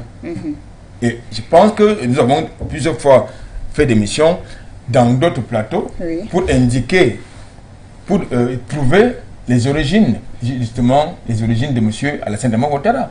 Et comment est-ce que Laurent Gbagbo lui a permis d'avoir, au travers du concept de l'ivoirité, comment est-ce que M. Alassane Ouattara est devenu ivoirien. Donc, je crois que nous avons longuement parlé de cette question. Maintenant, en ce qui concerne l'héritage politique, il s'est passé ce qui se passe lorsque le père n'est plus là, entre les enfants. C'est les querelles, c'est les batailles de succession. Et c'est ce qui s'est passé entre Henri Konan Bédié et Alassane Ouattara. Je voudrais quand même vous rappeler qu'il fut un moment où il ne se salue même pas du tout. Mais pourtant, les deux hommes ont fait bloc lors de la présidentielle de 2010-2011, lorsque Alassane Ouattara s'est retrouvé au second tour avec Laurent Gbagbo. Il a reçu le soutien d'Henri Konan Bédié. Mais écoutez, est-ce que vous pouvez faire confiance aux alliances de circonstances entre les hommes politiques et les formations politiques en Côte d'Ivoire? Il s'agit des alliances de circonstances. Il est arrivé à Laurent Gbagbo de soutenir Henri Konan Bédié. quelquefois, il est arrivé à Henri Konan Bédié, selon les circonstances, de soutenir Alassane Dramane Ouattara. Donc, c'est ça la scène politique en Côte d'Ivoire, c'est-à-dire les alliances de circonstances. Donc, c'est pas parce que, pour des circonstances liées au contexte politique de l'époque, M. Henri Konan Bédié a décidé de s'aligner derrière Alassane Dramane Ouattara, qui peut être une preuve, n'est-ce pas, d'entente entre frères, non, d'un même père, du tout. C'était des alliances de circonstances. Mais je peux donc revenir à quoi? Pour dire que, aujourd'hui, la Côte d'Ivoire est disloquée. D'abord, du point de vue politique. Vous allez constater que... Effectivement, je ne vais pas vous couper la parole, Anatole. Ici, vous dites que la Côte d'Ivoire est aujourd'hui disloquée. Alors, pourquoi ce pays qui a connu, pourtant, sous le magistère de Houphouët-Boigny, près de 30 ans de calme et de paix, s'est retrouvé, voilà, dans des crises et des coups d'État juste après la mort de Houphouët-Boigny? Est-ce que ce n'est pas une défaillance du côté du vieux sage qui n'a pas bien préparé sa succession ou l'après lui, en fait?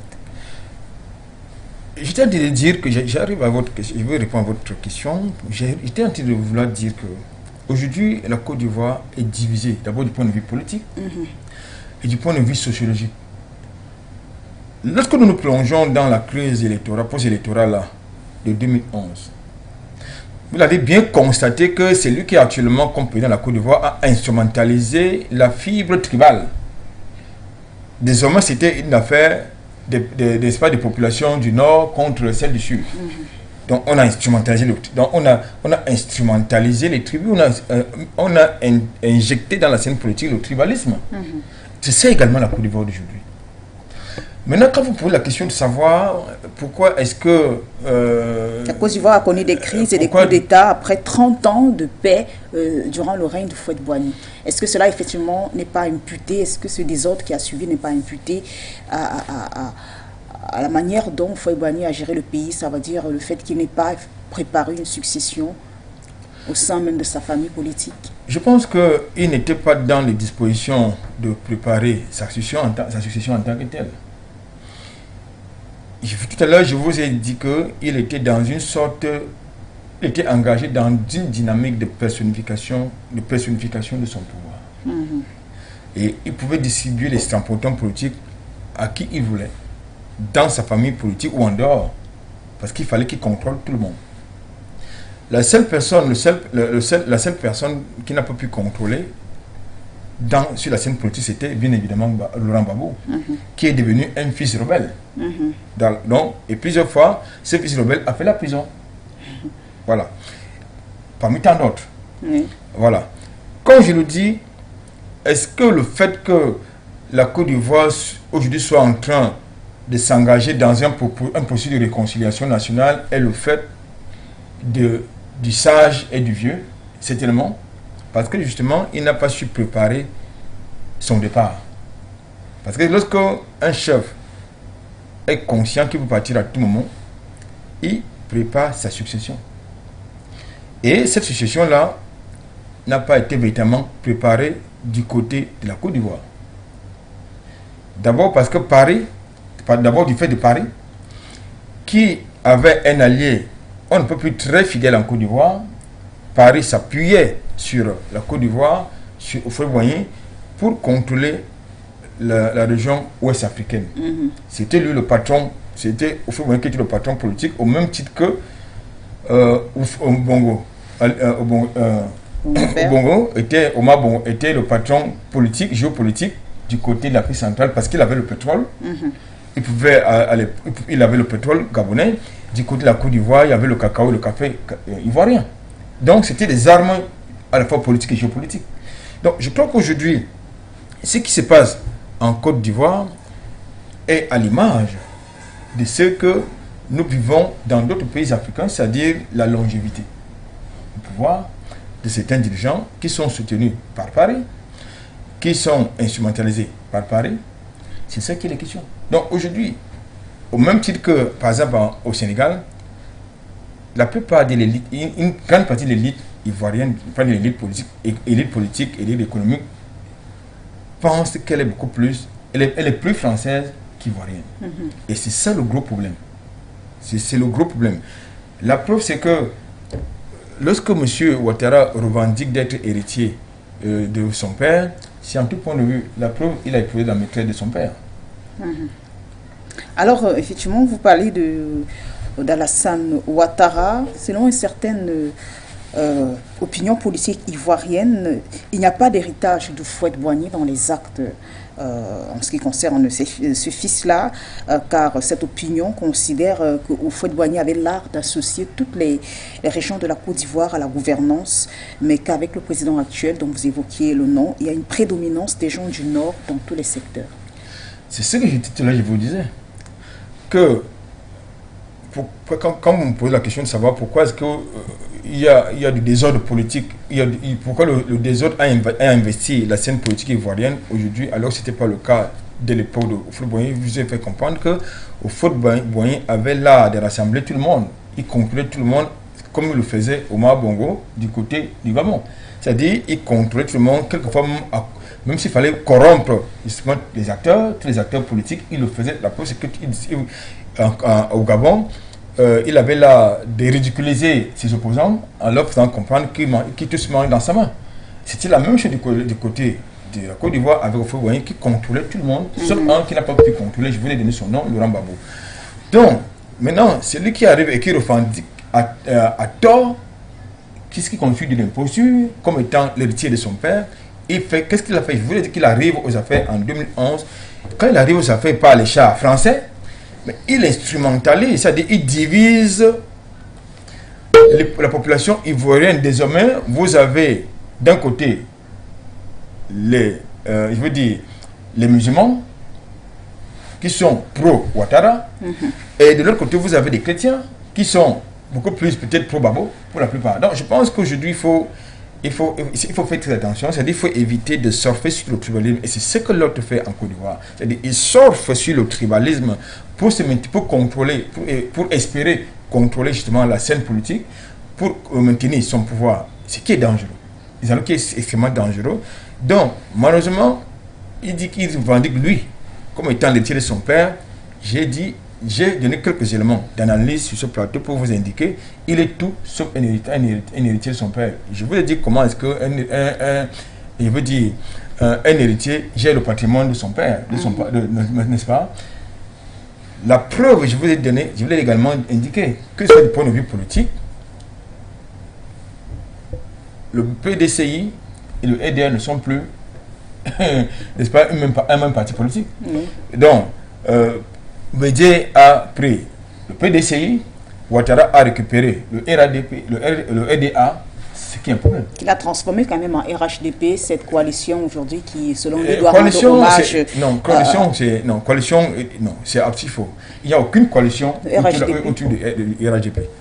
La preuve, c'est que la plupart de ceux qu'il appelait les membres de la coalition RHDP ont quitté le navire. Il était question justement d'instrumentaliser ou de phagocyter les petits partis politiques qui pouvaient justement qui pouvaient grappiller justement ses voix lors d'une consultation électorale. Il était donc question de les fédérer, les noyauter à l'intérieur du RHDP. Quand vous dites que le RHDP ce sont les effrotistes, c'est faux. Ce ne sont pas des effrotistes. Il n'y a pas que les effrotistes. Celui que vous appelez Kakabe, est-ce qu'il est fautiste? Que représente son parti politique? Mais vous ne m'avez pas me dire que Kakabe est fautiste, le ministre de la Réconciliation nationale n'est pas fautiste. Alors aujourd'hui, cette unité qu'a souvent présenté ces deux fils politiques, à savoir Alassane Ouattara et Henri Konan Bédié, lors d'échéances politiques, je parle d'ailleurs de celle de 2015, alors c'est une unité finalement de façade. Il s'agit pas seulement d'une unité de façade, il s'agit des unités, c'est une unité de circonstances, je vous l'ai dit. C'est-à-dire c'est pour les médias. C'est pour les médias qu'il y a. Il vous souvient que plusieurs fois, les rapports entre Henri Konan Bédié et Alassane Ouattara ont été émaillés d'incidents. Où quelquefois vous avez soit le protocole, soit la sécurité de Henri Konan Bédié qui a eu maille à partir avec certains éléments de la sécurité de la Saint-Domingue, ou bien la police, ou bien la gendarmerie, ou bien quelquefois les militaires. On a souvent vu ces scènes-là. On a vu les scènes où pratiquement Henri Konan Bédié a été, je veux dire, séquestré carrément chez lui. Oui. Voilà. Donc, par qui? Par le pouvoir d'Abidjan, par Alassane Dramane Ouattara. Vous ne pouvez pas me dire que quand vous voyez ce genre d'incident qui est récurrent, qui est répétitif, vous pouvez parler d'unité. Non, il ne s'agit pas de ça. Je vous ai dit qu'en Côte d'Ivoire, il ne faut jamais compter sur les alliances. Ce sont des alliances, des circonstances. Un temps, vous verrez Henri Konan Bédié s'afficher avec Laurent Gbagbo.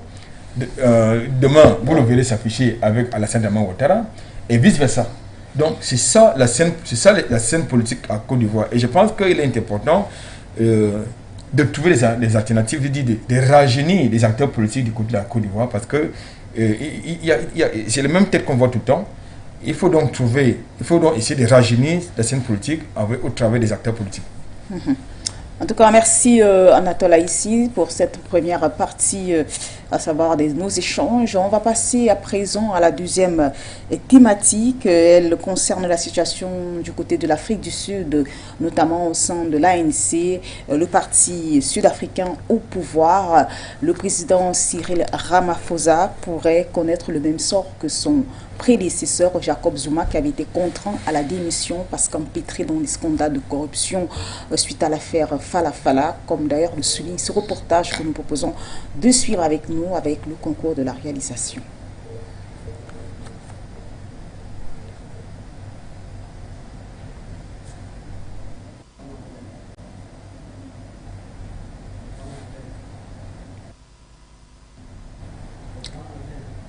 Alors, on s'intéresse à présent à la deuxième thématique qui concerne le scandale au sommet de l'État du côté de l'Afrique du Sud avec l'affaire Fala Fala.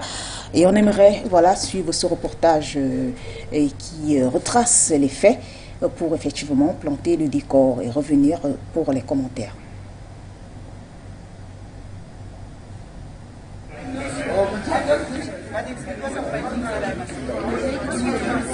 Le président Cyril Ramaphosa échappe à la procédure de l'impeachment devant découler à sa destitution à la tête de l'Afrique du Sud. Les votes internes au sein de l'ANC, sa formation politique, ont été reportés à une date ultérieure. Accusé de corruption dans l'affaire Fala Fala, des suspicions pèsent contre le président Ramaphosa d'avoir violé les lois anticorruption et même la Constitution. Son prédécesseur Jacob Zuma, sur la base de mêmes accusations, avait perdu son poste de président de la République et fait encore aujourd'hui l'objet de poursuites judiciaires. L'ANC, le mythique parti de Nelson Mandela et de ses compagnons de lutte contre l'apartheid, n'en finit pas de produire des présidents, les uns à la suite des autres, empêtrés dans des scandales de corruption et de détournement de fonds. L'affaire Fala Fala et les reports à répétition sont, selon les analystes et une partie de l'opposition, comme une volonté du parti au pouvoir d'entérimer cette affaire et de s'arroger la sympathie des partisans de Ramaphosa à l'approche des présidentielles. Voilà, à l'approche donc des présidentielles, l'ANC se retrouve dans une situation compliquée avec ce nouveau scandale qui touche le sommet de l'État. L'actuel président Cyril Ramaphosa, dans l'affaire Fala Fala, est accusé donc de corruption. Alors on revient sur ce plateau avec vous, Anatole Aïssi. Quel avenir aujourd'hui pour le parti de Mandela? Telle est la question autour de laquelle nous allons essayer d'apporter des éléments de réponse. Une chose est sûre, le contexte dans lequel se trouve l'ANC à quelques mois de la présidentielle est un contexte délicat qui ne va pas du tout à son avantage. Écoutez, déjà il faut pas faire mousser ce qui ne mérite pas d'être moussé. C'est-à-dire les événements que vous avez, que l'organisation nous a proposé en ce qui concerne l'actualité politique au sein de l'ANC, l'African National Congress, tous les partis politiques au monde connaissent les scandales de corruption. Et bien, tous les partis politiques au monde connaissent des scandales, en leur sein des scandales de corruption. Et ce n'est pas pour revenir dans le cas spécifique de l'ANC, en Afrique du Sud, ce n'est pas la première fois qu'on parle de corruption au sein de cette formation politique. Avec Jacob Zuma, on a parlé des affaires de corruption, on a même entendu pire. Sous Thabo Mbeki, on a entendu les affaires de corruption. Et quelquefois un pire.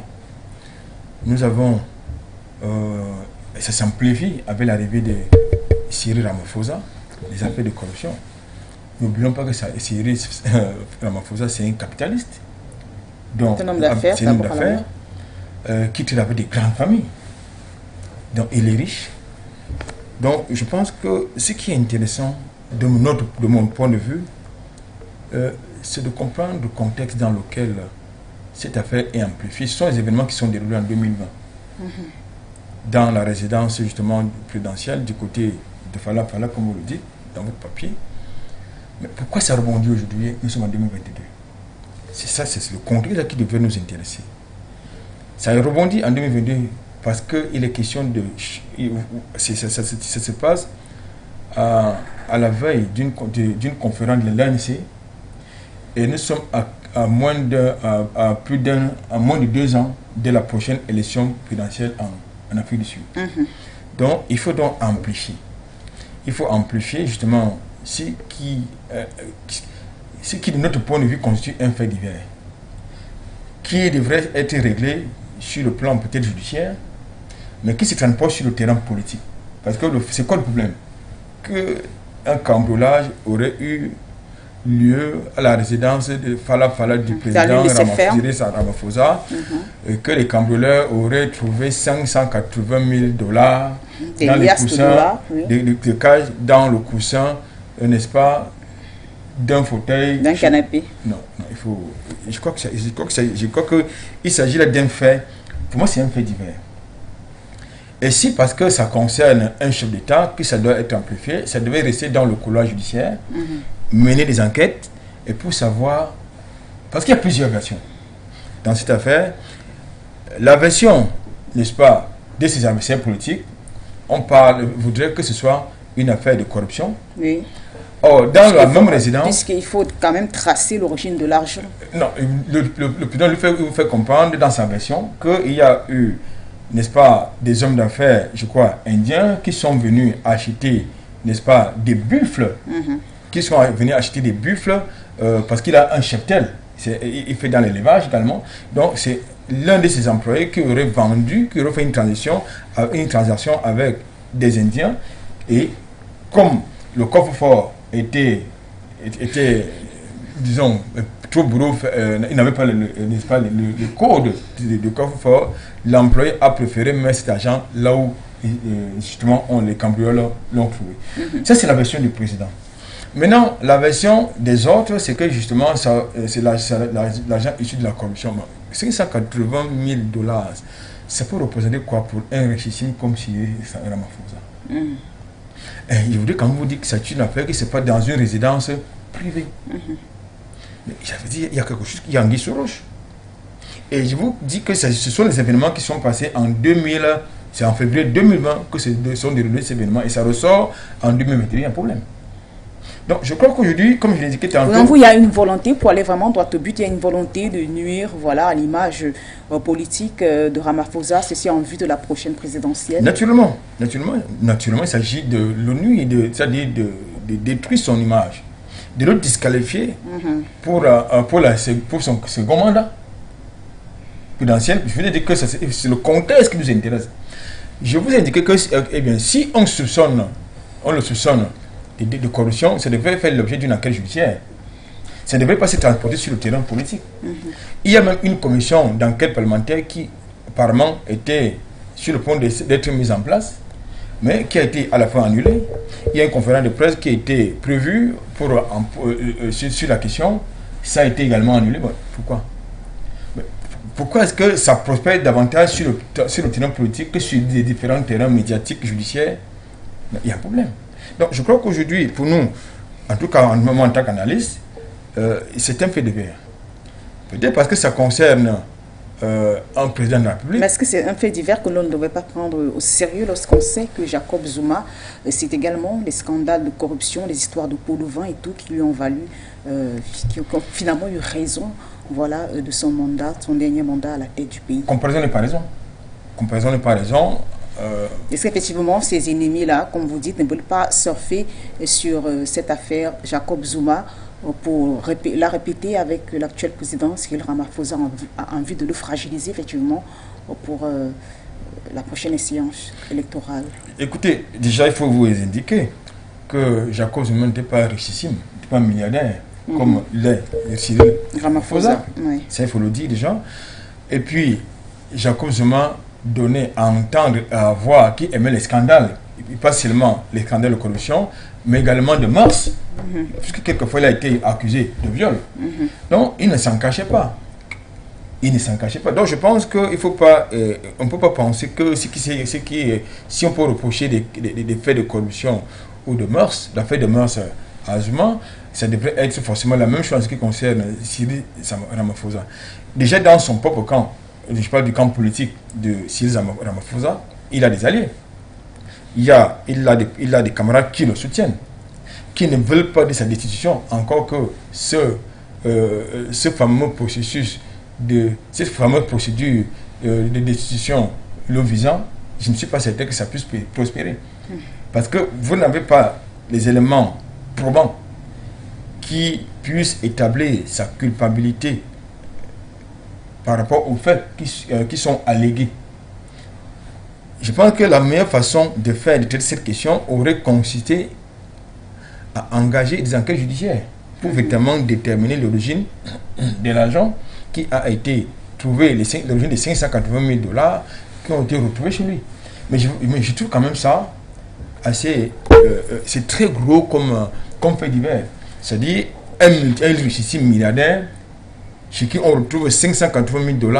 Qui doit se justifier sur l'origine des fonds. Alors, dans une résidence privée. Alors, est-ce que malgré le fait que vous qualifiez cela de fait divers, est-ce que malgré cela, cette affaire ne vient pas quand même ternir l'image de Cyril Ramaphosa, accusé aujourd'hui de corruption, lorsqu'on sait qu'effectivement il avait décidé d'éradiquer la corruption durant son mandat?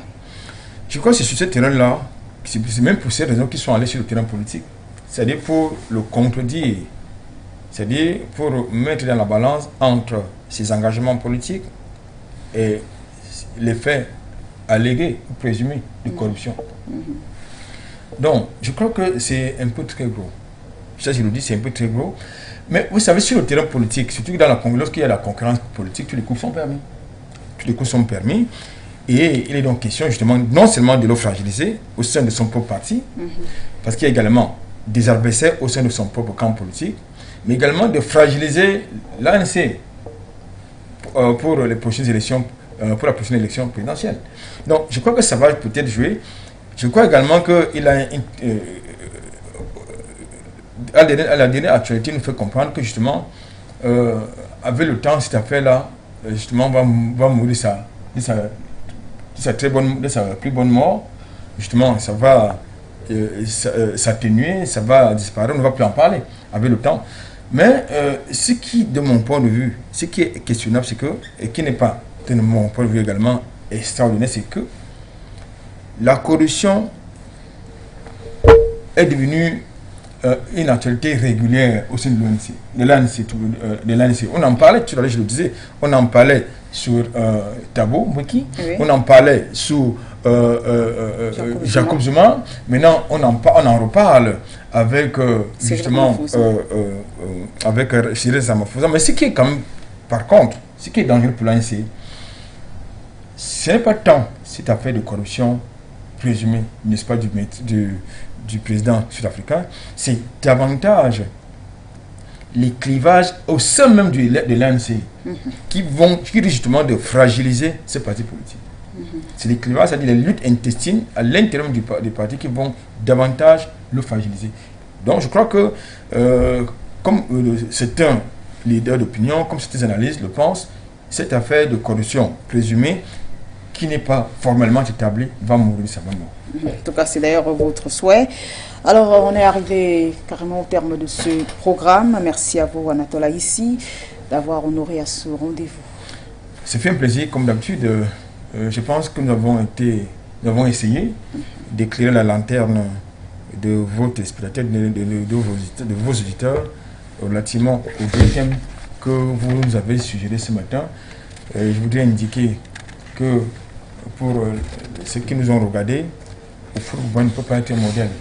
Le football ne peut pas être un modèle pour... Lorsqu'on parle du panafricanisme. D'abord, en ce qui concerne, surtout dans le combat panafricaniste, c'est pas un modèle. Il faut bien préciser. Pas seulement dans le panafricanisme, parce que vous pouvez être patriote, vous pouvez être nationaliste, mais pas forcément panafricaniste. Mais il ne peut pas être un modèle, il n'est pas un modèle politique.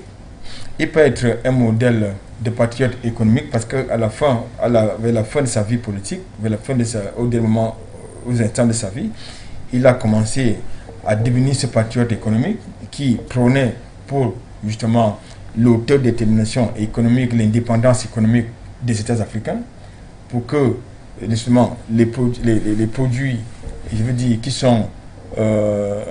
partent du continent africain et dont les prix sont fixés à Washington, qui sont fixés à Paris, bénéficient prioritairement aux États africains. Et c'est dans ce contexte qu'il a commencé justement à faire du chantage à Paris par rapport à son cacao, qu'il a commencé à vendre à la Chine quand Paris s'est rendu compte que Paris achetait le cacao ivoirien pour un vil prix, et que ça ne rapportait pas aux producteurs ivoiriens. Il a vraiment travaillé pour que justement le producteur de cacao ivoirien puisse bénéficier de son travail. Je crois que c'est le véritable chantier qu'on peut lui attribuer de manière objective. Pour les autres chantiers, notamment les chantiers d'émancipation politique, c'était malheureusement, c'est là où il a fait naufrage, un véritable naufrage économique. Pour revenir au deuxième thème, je crois qu'aujourd'hui, même chez les républicains, comme chez les démocrates, du côté des États-Unis, il y a les scandales de corruption. Il y a les scandales de corruption dans tous les partis au monde, dans tous les partis politiques au monde, il y a les scandales de corruption. Sauf que très souvent, pour éviter d'écorner l'image à la fois des acteurs et de la formation politique, ils font souvent l'effort, n'est-ce pas, de ne pas en parler. D'étouffer. Ou encore d'atténuer. Alors merci à vous Anatole Aïssi, vous étiez des nôtres ce jeudi. Merci également à vos fidèles téléspectateurs de nous avoir suivis de bout en bout. Des remerciements qui vont également à l'endroit de l'équipe technique qui nous a accompagnés ce matin et qui a d'ailleurs permis la bonne réalisation de ce programme. Nous disons merci, au plaisir